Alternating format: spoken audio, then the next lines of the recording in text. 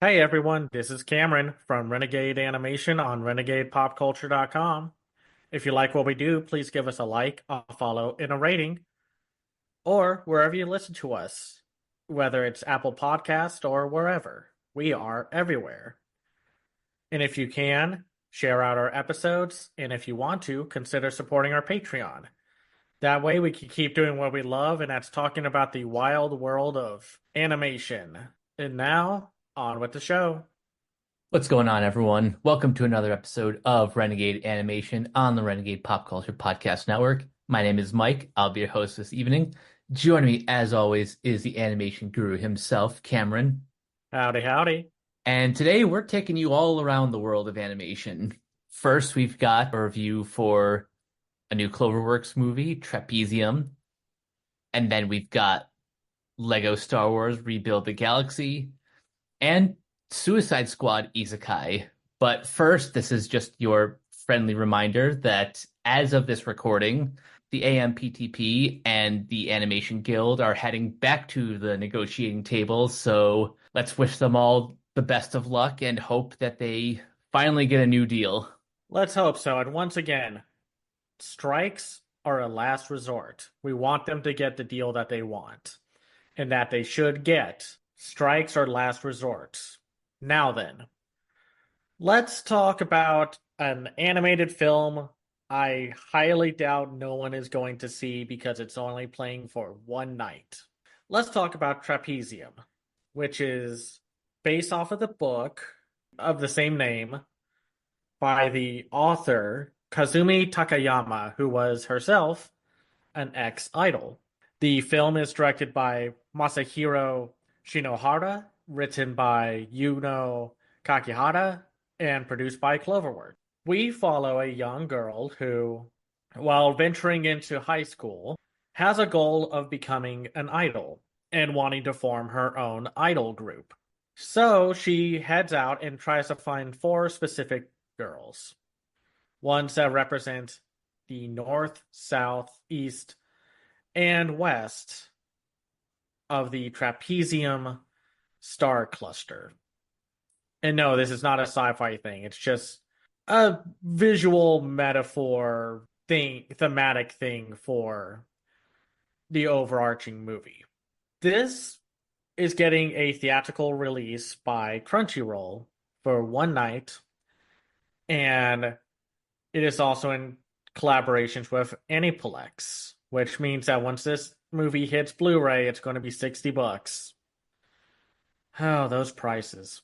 Anyway, I've had a thing about the fact that anime distributors are willing to bring over anything, even if it's the worst shows of whatever seasonal drop that are coming in, even when the public response to early impressions or trailer reactions were terrible, they were like, yeah, we'll bring it over. But they don't bring over every anime film that comes out unless it's by a big name director or is part of a popular franchise people know about. It is weird how we don't get every Japanese animated film that comes out from there. Whatever that may be, whether it's a copyright thing, the Japanese studios are not willing to part with it for without a certain amount. We just don't get every single one of them.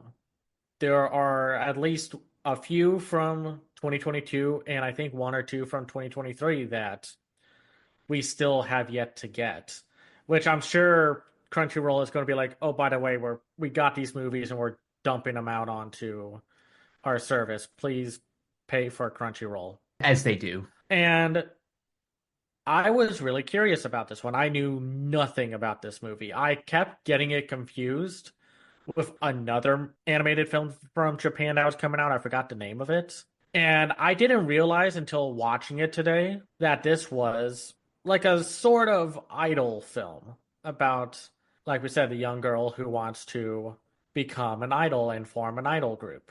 There are some things to take into consideration about this movie.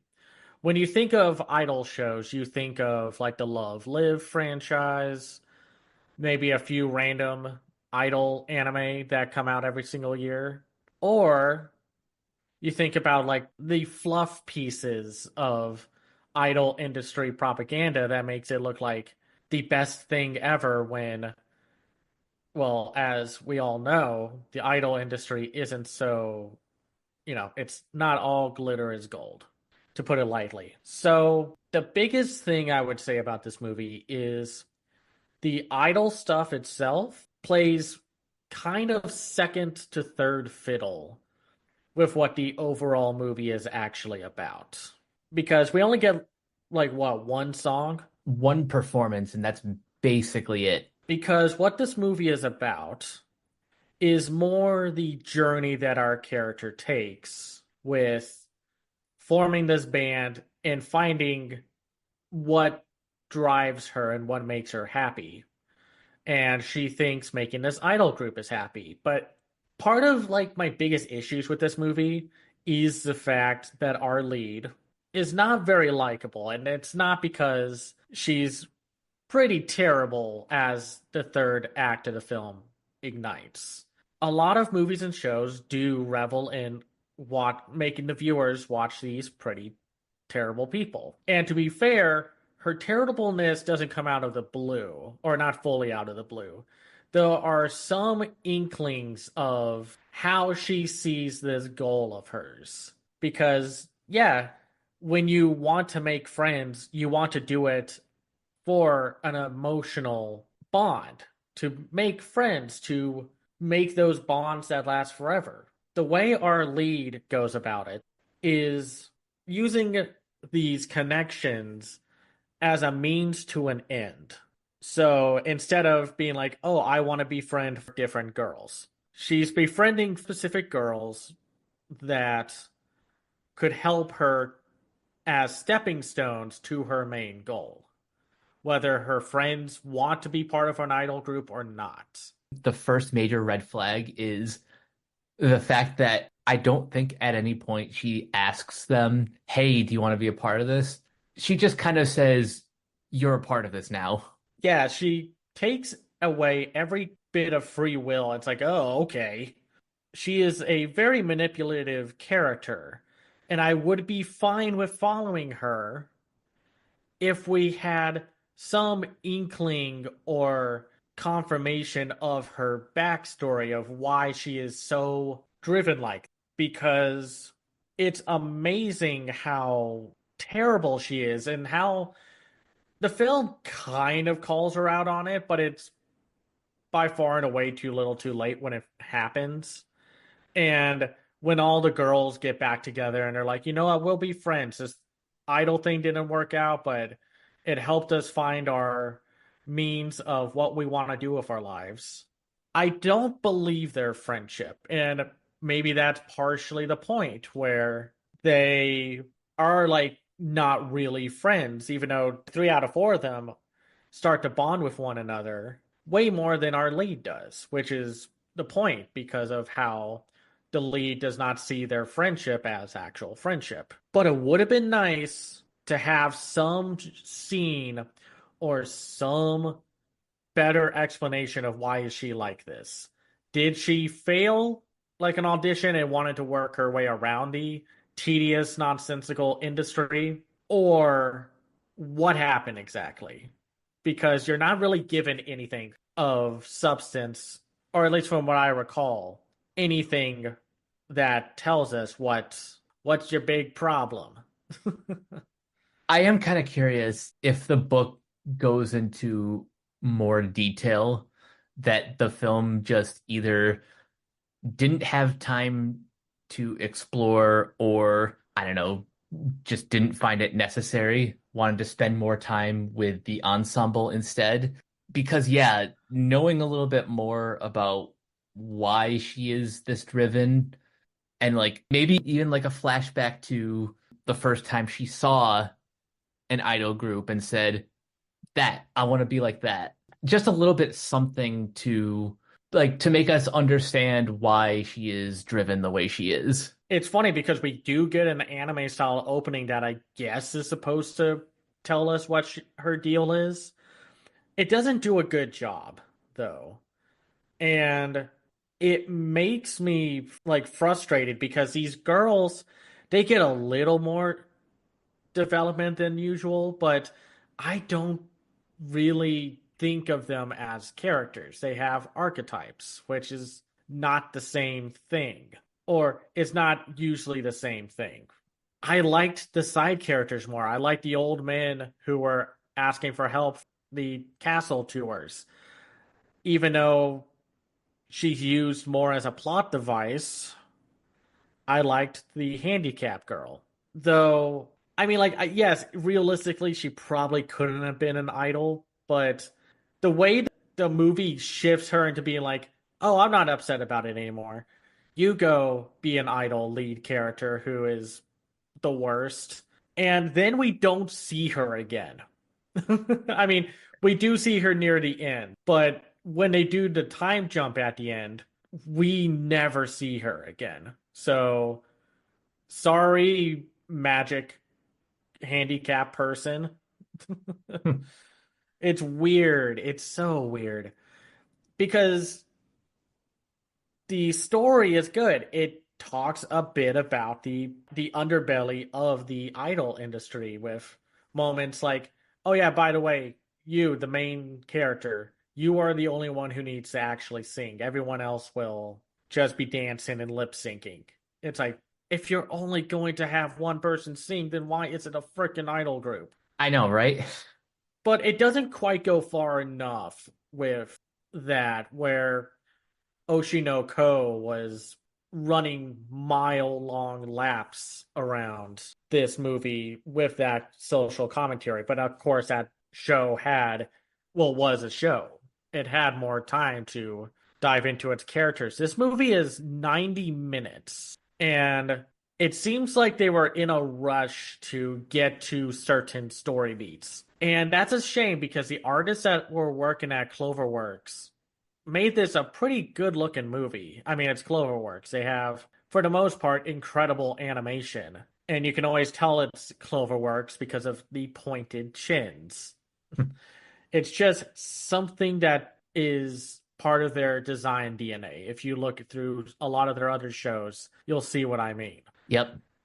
And they're coming out with another show in 2025, and of course, it looks exactly like this movie, but I digress. And I like that they didn't go for a more flashy experience. This one is more grounded. I do like near the end that, well, by the end of the movie, the idol group just doesn't happen. It breaks up before their first single is released. And I know that sounds like, wow, y'all blew it. Well, when two or three people didn't really want to be there, and the other one got chastised for gasp having a bloody life outside of being an idol. I mean, I get the weak sauce explanation of why idols can't date, but it's like, come on, it's so, oh, it's so creepy, man. Just Yeah. the possessive nature of it all, you know? It just doesn't go far enough with a lot of that commentary, and it sucks that they did that. But this happens, I think, more so than most that people think about with idol groups. I think last year there was like a big kerfuffle of like, yeah, this one K-pop group put out a single and it's really good, but they're probably going to disband right when it launches. So it's like, oops, because of, bad idol industry nonsense. Mostly probably not because of the idols themselves, but that also happens. Yeah. The industry is a lot less glittery than looks on the surface. Another thing with this movie is that it really is a pacing problem for me. It's 90 minutes, and that's not a long movie, but it is slow, and they keep wanting to rush through so much of the story. It's like there was more to the book maybe, but they didn't have time to focus on it, which would have helped again with knowing why our character acts like she does. And by the end of it, I was just like, I don't know. I don't remember any of these characters. I know some of their characteristics, but that's about it. One's into machines, one is the rich girl, and the other one loves volunteer work. And at the end, when it's like, oh, they all get together and they're at the art gallery that is having a show of all these starlight photos made by a photographer that they meet early on in the movie, it's like, wow, this is so cool. We're all so connected. And it's like, I don't believe you. I think what you said earlier is kind of interesting, how the movie is dragging until it's rushing. I could have enjoyed this movie a little bit more if the runtime expanded to like 2 hours and we got to know these characters a little bit better. As it stands now, it is solid. There are some good themes in it, but I can understand where some people may be left wanting more. It's funny because I think they're releasing this around the same time as the Concierge. And I think the Concierge might be a better experience. I have it ranked higher, and I think a lot of that is because of its vibrant animation and its commentary about preservation and taking care of nature so we don't lose things. It's an interesting idol story that's not really about the idol work. I'm sure by the time this episode comes out, it is going to be gone, gone, gone from theaters, and it will probably be in on Crunchyroll in a few months. Probably. And if you are interested in a movie that's more critical about the idol industry and takes the story in a way similar to like The Commitments, I don't know if you've seen that movie. It's a great movie. Then I recommend checking it out. But otherwise, I can see why Crunchyroll is only giving us a 1 day release. And it sucks that it's coming out the same year as The Colors Within, which is a more music based coming of age teenage drama made by the master Naoko Yamada with Science Saru animating the film. So Yeah, that I'm really looking forward to. I'm hoping it's gonna. I know it's gonna play at animation this film. I just know it, but they haven't announced the lineup yet, so we'll see. I think it's okay. I might like it a little more on the second rewatch. I wish the main character was better. That's really it.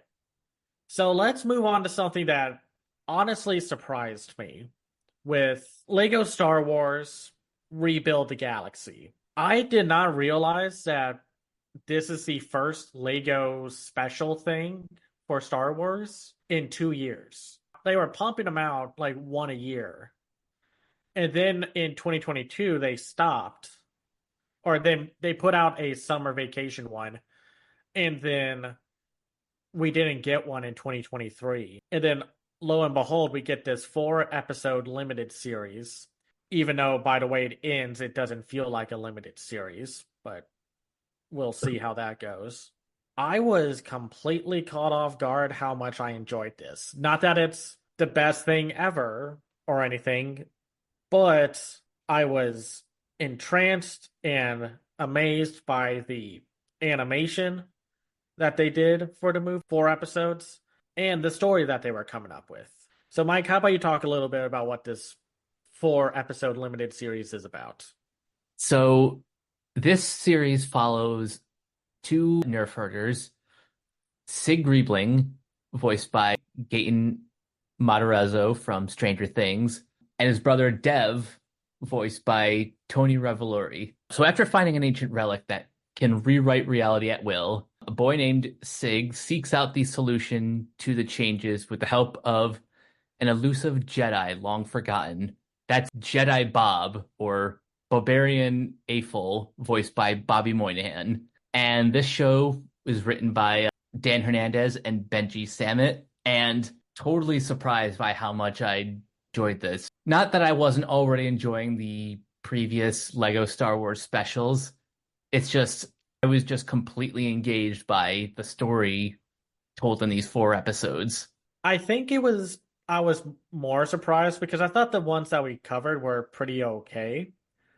I mean, I love the Halloween one mostly because of Dana Snyder. Mm. But here, it's like, yeah, what would happen if complete unknowns in the world of Star Wars were able to rebuild the universe around them, forcing our main character, Sig, to confront change and to get your space shoes on and venture out there into the world. Not in a way that he would have wanted to, but still. While they could have done a little more of like the mix up of what they changed for this universe take of Star Wars, a lot of it's more like one off gags and nothing as creative as a lot of y'all are probably painting inside your heads right now or building together inside your head, brick by brick and all that stuff. But I did love enough of the changes. I enjoyed some of the little gags, like the one from The Last Jedi, where it's like, salt, universe changes, pepper, and stuff like that, or how a lot of the characters who were bad guys were actually the Jedi in this universe, where the good guys were the bad guys and what have you. Like seeing Senator Palpatine actually be a good guy is funny. Though I will not forgive them for the last minute tease of the Landalorian voiced by Billy D. Williams and then just teasing that right when the credits hit. And it's like, oh, come on. That's like the coolest thing ever. Such a mean tease, but also the Landalorian is a perfect play on words that I'm surprised only came up now. And I loved a lot of the jokes. This was a very funny 4 episodes. It really harnessed the comedy that the Lego projects bring to these franchises.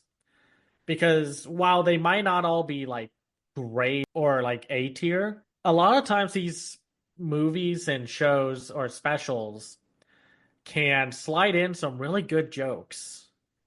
I love Luke Skywalker becoming this Jeff Bridges, Big Lebowski, beach bum pod racer. I thought it was funny to see Kelly Marie Tran as Darth Rose, even though I wish we got more of her character in the Same. movie. I liked seeing Kevin Michael Richardson as Jedi Jabba the Hutt, which, man, you got Jedi Jabba the Hutt and you're not going to make him do like one of those Jedi jump spins or front flips. That's what I mean by I wish they took these a little further. They made a fun visual gag. Like I wanted them to go a little further. Just take that one extra leap. I think my favorite gag though was when Darth Vader is talking to Luke and Leia, and and Sig is just like, "Yeah, I filled them in on some details," and Darth is just like, "You're my what?" And I like there are some great moments like Han Solo being the actual bad guy or like and stuff like that. There's a lot of cool little moments while the main oh well, I think it's great that Admiral Akbar became the clone troopers. See, that's funny. I think that's a great gag throughout the Oh, whole like when they get caught in the prison, and they all just go, "It's a trap! It's a trap!" and I like these performances. Like Gaten Matarazzo as Sig and Tony Revolori feel like brothers. I thought Tony brought a lot more dramatic weight to the character, even though he's still very funny. Bobby Moynihan is just so good as Jedi Bob. Like, what a perfect casting choice. If you were going to make this character in live action, I would absolutely just hire Bobby Moynihan.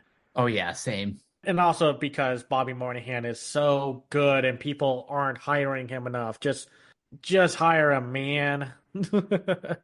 I think another surprise cast member I saw was Michael Cusack as Servo, which y'all would know as Pym from Smiling Friends, since he was also the co-creator of that show. So to hear essentially Pym as a droid, I was not ready for that, and I loved it.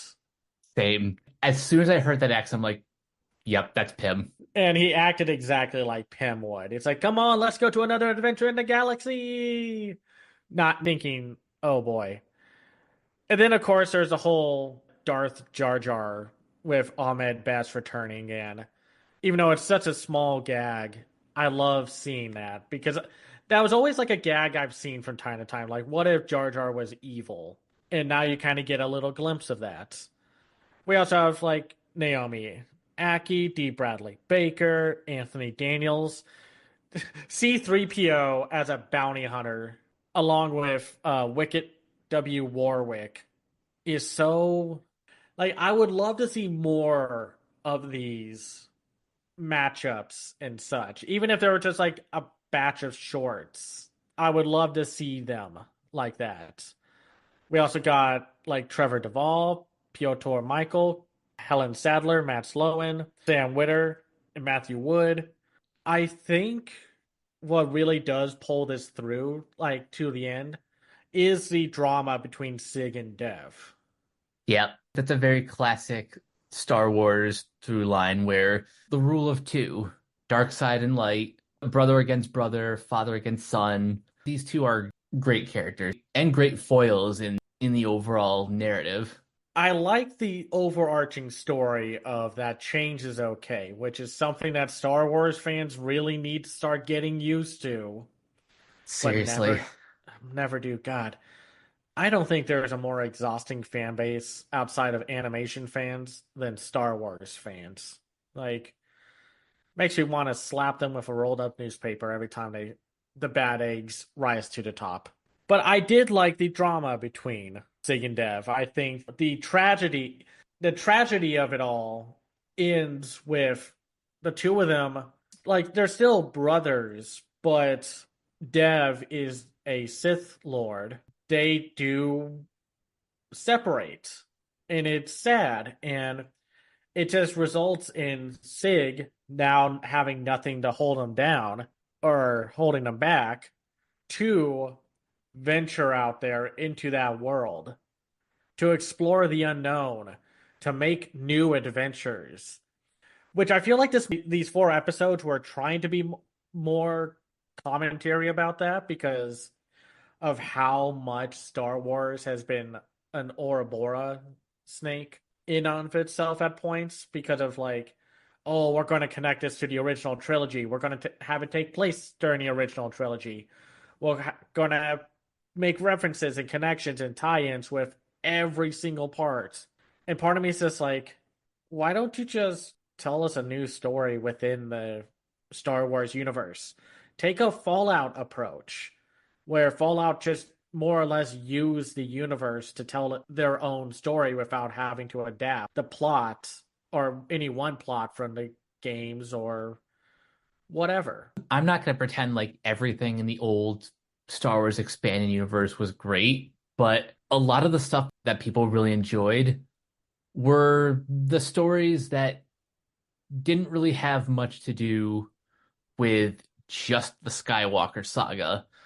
And even now, like people really like the High Republic because it's a bunch of new characters in, sure, an older setting, but there's still a freshness to the material.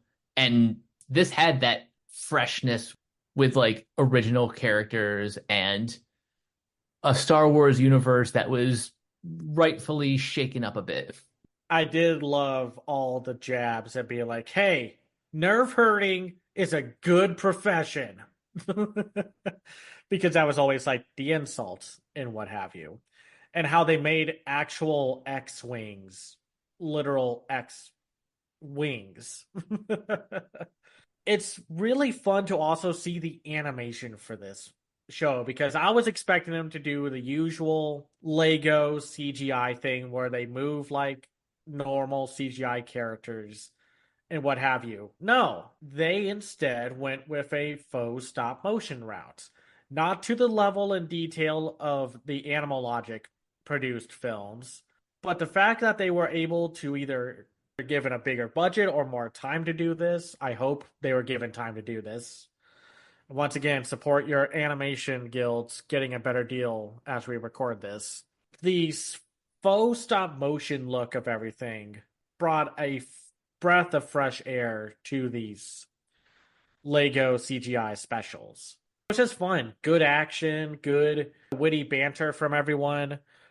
Like Masai Martin as Yessie Scala was a good co-lead with Sig. I would love to see more like a Rebuild the Galaxy 2 or if they wanted just to make shorts, just having fun with some of these like creative ideas that they came up with, even if they're just like visual gags. Like a real surprise because I know some Star Wars fans have been kind of frustrated with where these recent endeavors have gone. I still feel bad for the Acolyte, man. I was ready to jump in and then they canceled that dang thing. Oh, it's just frustrating right now trying to be a good Star Wars fan. Yeah, I like that we are at least covering the animated stuff because Star Wars right now is it's not as fun to talk about as it maybe once was. At least in our little corner, we get treated to stuff like this. Well, that's because that's where Star Wars' creativity is going. That's why the best things to have happened to Star Wars are the Star Wars Vision anthology stories. That's where all the best stories have gone.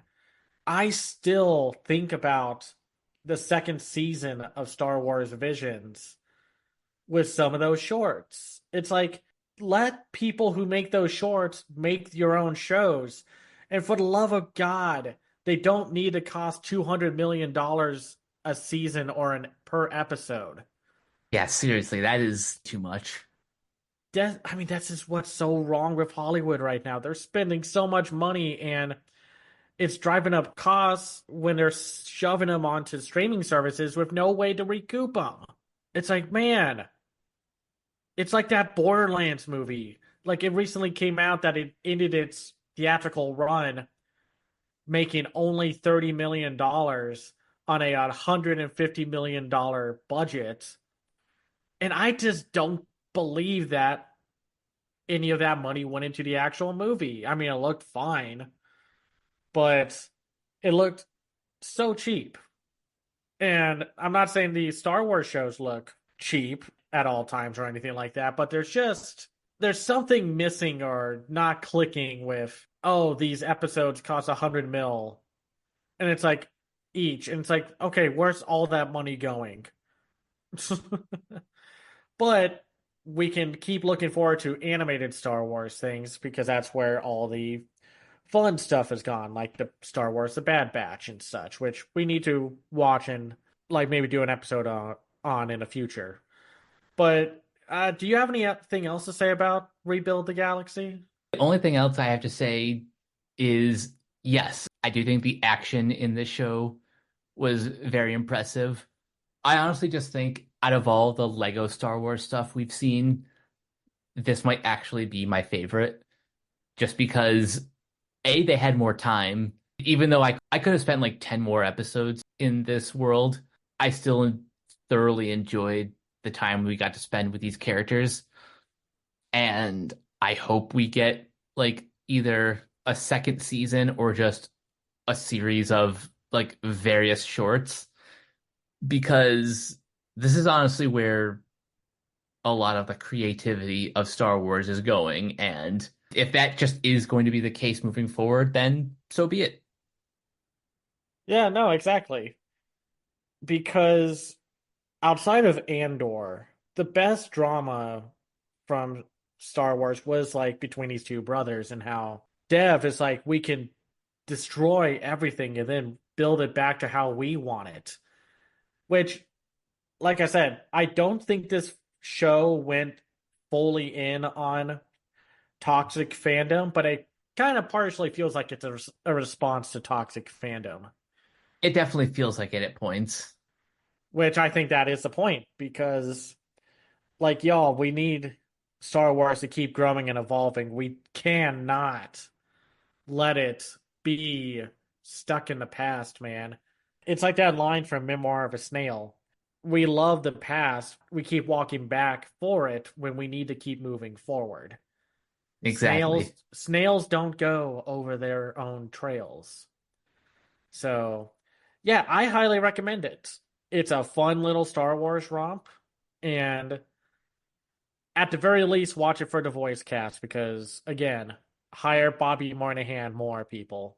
So for now, we finally get to talk about it. We finally hit the Suicide Squad Isekai, which I felt bad that we didn't get to talk about it more during the anime podcast, but we were doing so many anime there. I wanted to spend more time talking about this one as its own thing because I think it does a handful of really creative things with its premise and the isekai formula, while also maybe hitting a few hiccups here and there. So essentially, Amanda Waller finds a portal to another world, a fantasy world.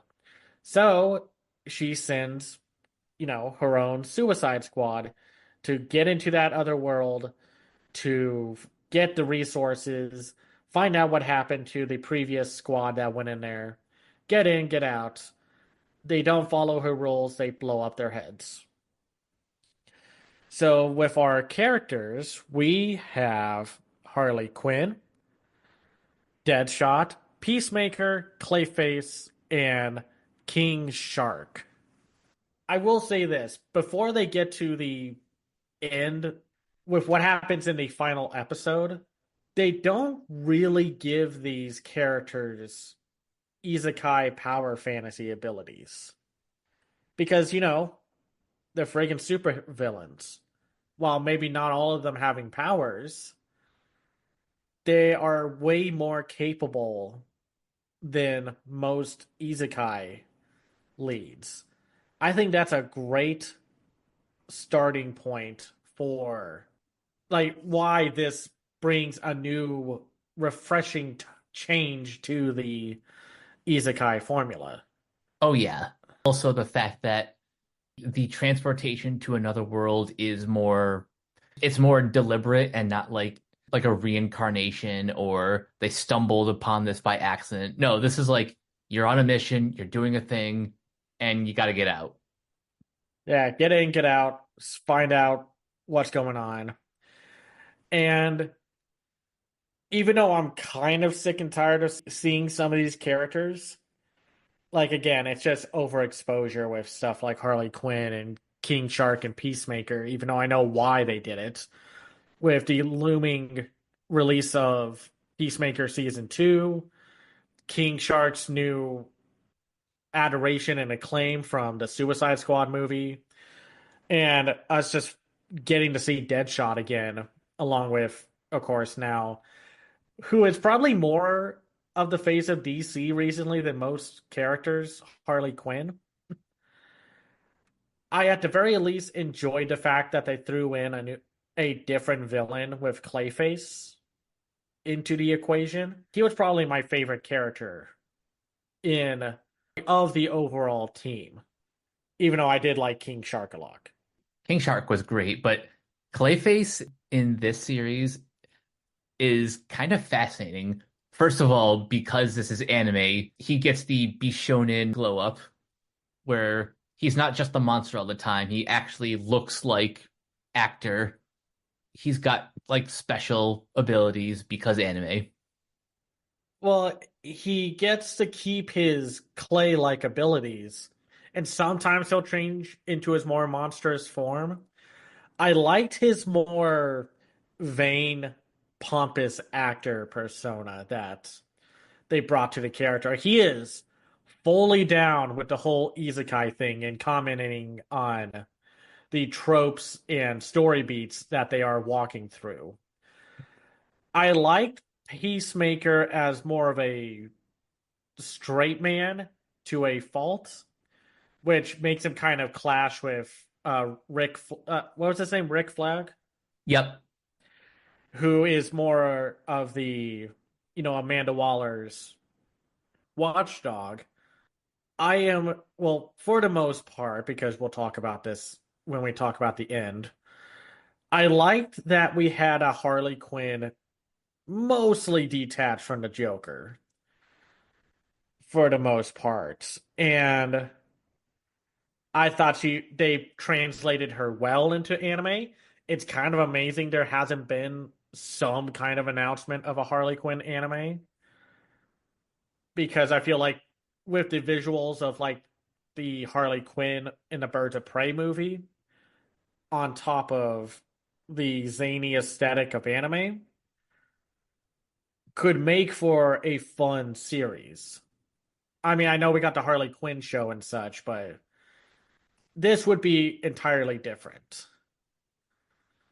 I think my least favorite character of the squad that we follow is Deadshot. I mean, he's good and I liked his character, but he was maybe a little too whiny at points. Too whiny, I, and also he can't just be a jackass.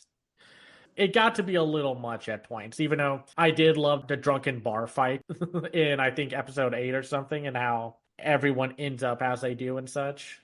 And I loved how he kind of finally got his nonsense together when they got the special Isekai power fantasy powers at the end.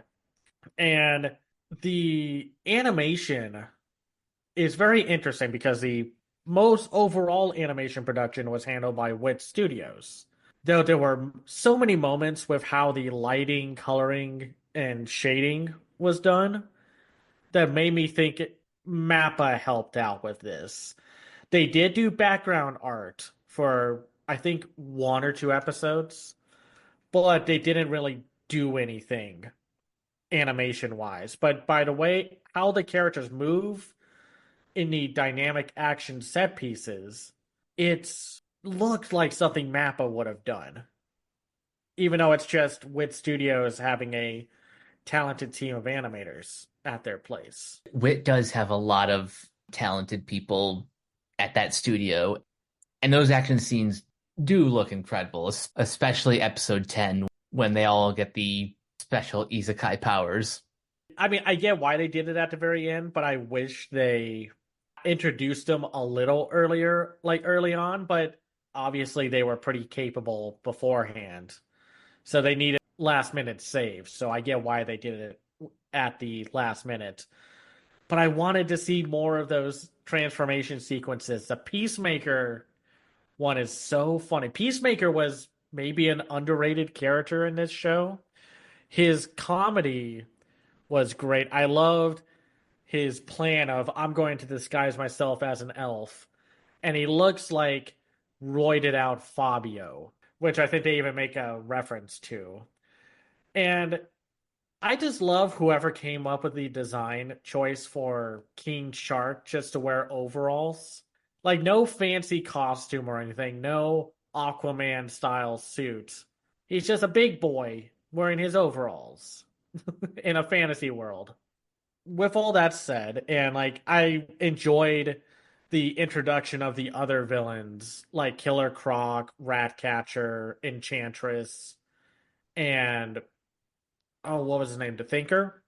Yep. I like seeing those characters. I thought their implementation was handled really well when you find out that they're working for this undead demon queen. Though I think, of course, one of the best moments was Deadshot being like, "Yo, Ratcatcher, my friend, my pal, my amigo," and Ratcatcher's just like, "I'm not your friend. I'm not your pal. I'm not your amigo. I'm not your buddy. I'm not your guy." You have made my life back in Arkham a living hell. And Deadshot was just like, man, I don't know what he's talking about. And then the montage shows. Yeah. Like, man, I would be so sick of Deadshot if he tried to pull that stuff with me. Especially trying to get Ratcatcher rat porn for some reason. Question, I don't know how he got a hold of that, so that's a whole other question to ask Deadshot. Now, with it being supervillains in an isekai world, what did you think about how the story was handled with our characters essentially having to be forced into a fantasy epic conflict? This is pretty typical of a Suicide Squad story where even though like this is a group of villains, they do have to, because we're the ones following their story, they do have to be molded into heroes to a certain degree.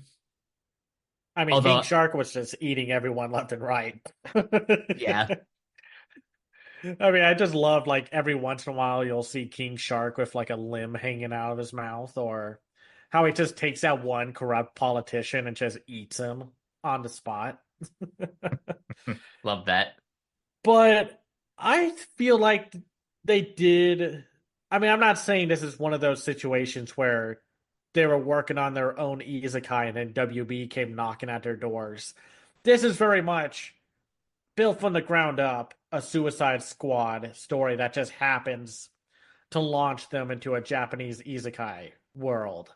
Or Yeah, like I'm in not going to say that they were forced into it or they had a Suicide Squad slap a paint on top. That's not it at all. if anything, the isekai setting really is like, how do I put this? The superhero and isekai tropes are blended in pretty seamlessly. I wish there was more of a story for these characters, even though I understand why there was no. I mean, I'm not going to say there was no real plot for our characters and the growth of them and such. I mean, there's little ones like how King Shark, instead of wanting to eat his human friends, he's like, yeah, they might not swim well, but they are my friends. And Deadshot getting his nonsense together and stop being a jackass. But the most substantial story is Harley Quinn convincing the princess to finally stand up for herself and to stop cowering at the of her mother and just grab life by the bat and just whack something. I liked that. I thought that was a very fun conclusion to the overarching dynamic between Harley and the princess, with even the princess donning a pseudo Harley Quinn facial makeup by the end. And but there are parts of me where it feels like it does feel like the Suicide Squad.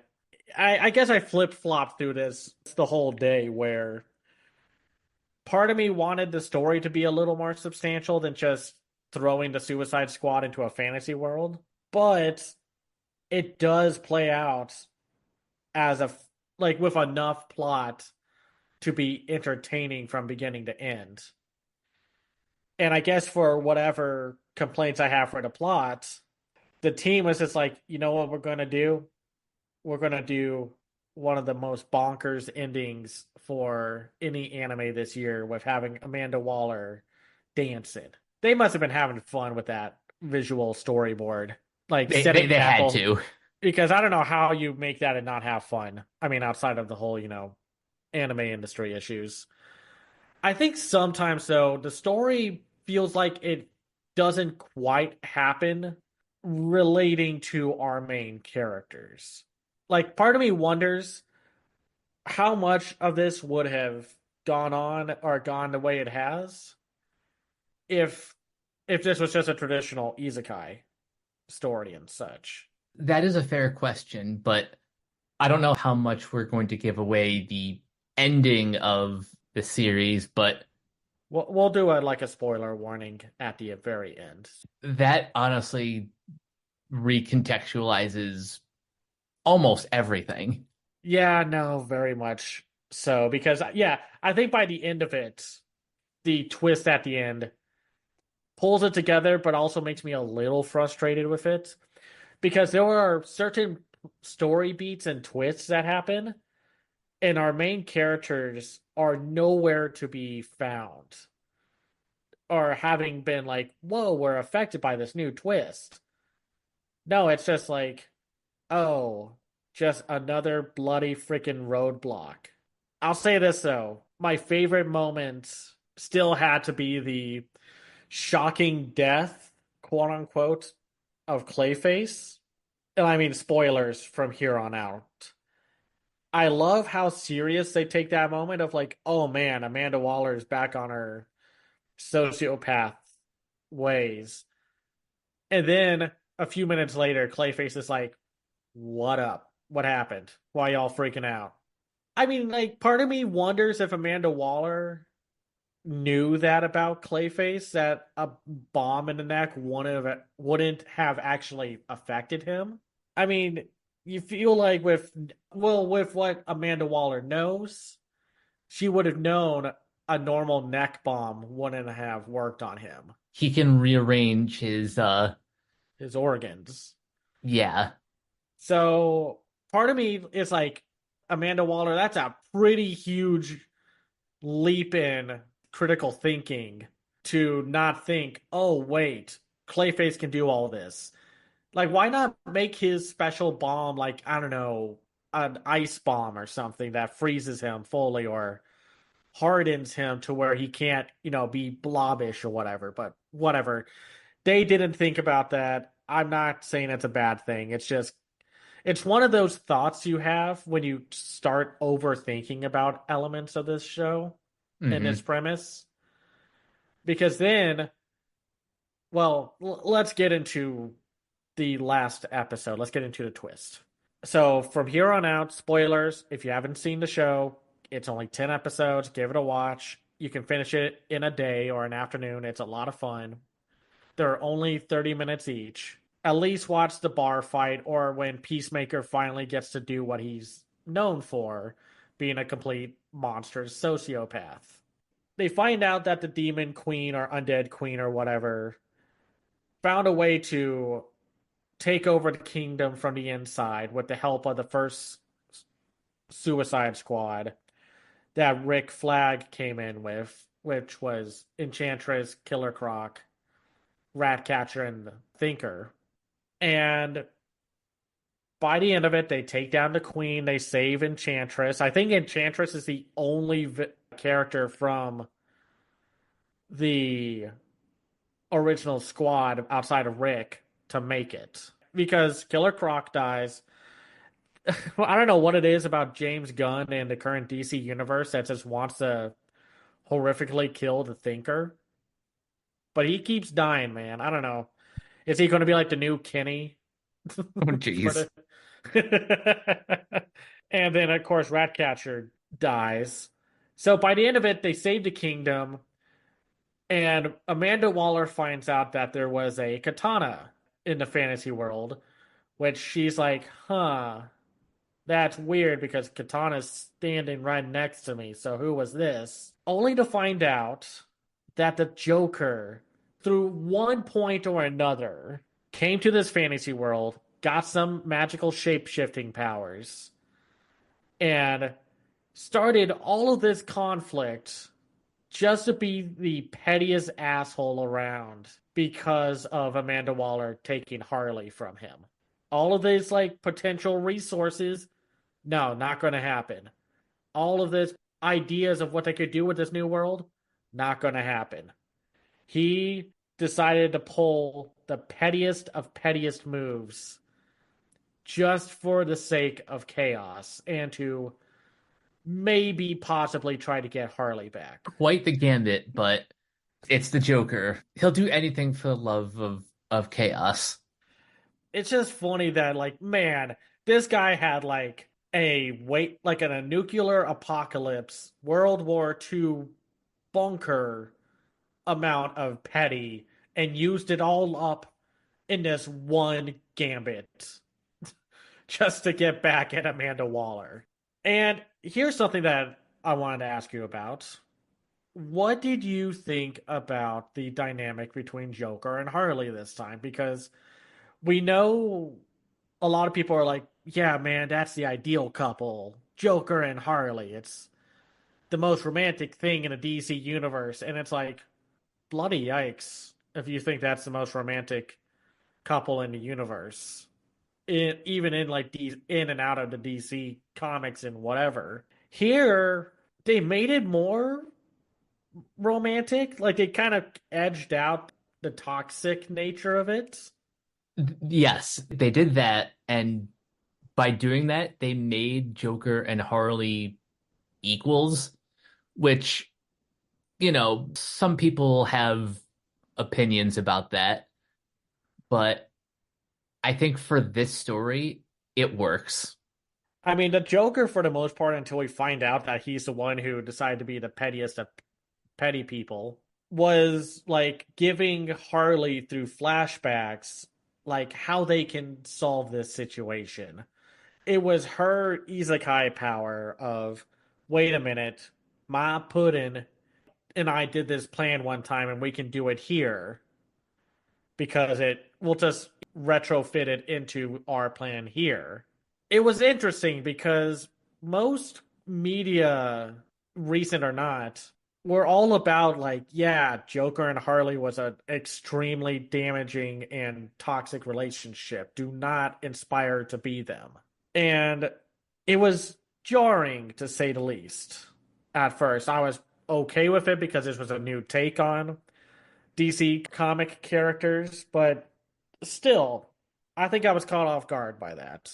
Because outside of that, Batman the Cape Crusader is the only other recent DC thing I could think of where Harley was her own character, her own entity, and the Joker was someone entirely disconnected from her. It was just interesting to watch what takes they had for this iteration of the bad guys who are somewhat good guys.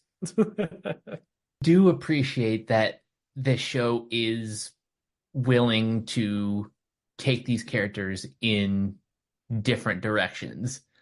Like, this kind of has the same appeal as like Batman Ninja or the Gotham Knight direct-to-video anthology film with all the different anime Batman shorts. It is just cool how Warner Brothers, between this and the upcoming Lord of the Rings War of the Rohirrim, they're kind of like fully embracing anime, Western IP. That's honestly pretty cool. It is.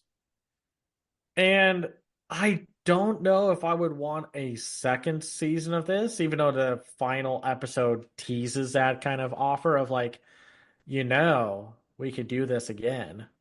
And it's like, I don't know, coach. I'd have to think about that. So I will watch a second season because I'm already invested, but I understand what you're saying, where like maybe one's enough. I just don't like how some movies and shows these days are still trying to sequel bait at the end or possible sequel tease, I guess, is more of the definition. Because then it just makes me feel like, okay, well, what's your plan then? It kind of puts, especially in the state that the industry is in now, it is more risky to do like a sequel bait than to just end your story on a clean note and then just, if you're successful enough, then continue from there. But I mean, just do the Dungeons and Dragons Honor Among Thieves thing, man. Just tell a cohesive, complete story within your own movie. It's not that hard. Or in a show or something, because especially with how the animation industry is getting run into the ground right now, you may not get another season. But we'll have to see. I thought this was a fun little spin on the isekai genre. Not the strongest story, but now I kind of want to see a My Hero Academia isekai thing where the people getting shoved into the isekai fantasy world are superheroes or like supervillains. I want to see stuff like that. If we're going to keep getting isekais, and we talked about this hundreds of times, if we're going to keep getting them, you have to start doing something different with them. do these isekai have to only be fantasy worlds? Why don't you get isekai to like a Western or other genres? Try to mix it up more than the standard formula. Yeah, but we've talked about that. So either way, if you have yet to check out this Suicide Squad Isekai and are curious about it, I would give it a watch. I mean, I had a good time with it. Like, it's not my favorite show or favorite anime of the year or anything, but it does enough with its cast and the action and story to make it work. That's basically how I feel. Like this probably won't be my favorite anime of the year, but it has a premise that I enjoyed the most, and I think that's good enough for me to easily recommend this. And next time, I'm not entirely sure what we're fully going to talk about, but we will be talking about Zack Snyder's Twilight of the Gods. Until then, Yeah, definitely looking forward to that. But until next time, Cameron, where can everyone find you online? you can find me on Twitter and Instagram and Blue Sky and Threads at Cam's Eye View. I have my own website called camseyeview.biz where I review animated films and shows from around the world called The Other Side of Animation. I'm also doing like live action film reviews right now. Gonna by the time this comes out, I'm pumping out a lot of Fantastic Fest reviews, so make sure to look forward to those. I also have a Patreon at patreon.com/camseyeview. That's where you can find me. And you guys can find me on various social media sites at Captain K42. You can check out my quick thoughts on letterboxd.com/Coach K42. And you can follow Renegade Pop Culture on Facebook and that place at Ren Pop Culture. You can also find us on YouTube, on Podchaser. Consider supporting our Patreon at patreon.com/Renegade Pop Culture. Also do all of our podcasts on Spotify, Apple Podcasts, or wherever you listen. And last but not least, everything can be found at renegadepopculture.com. You need to escape, so do we. That'll do it for this episode of Renegade Animation. We will catch you guys later. Peace out.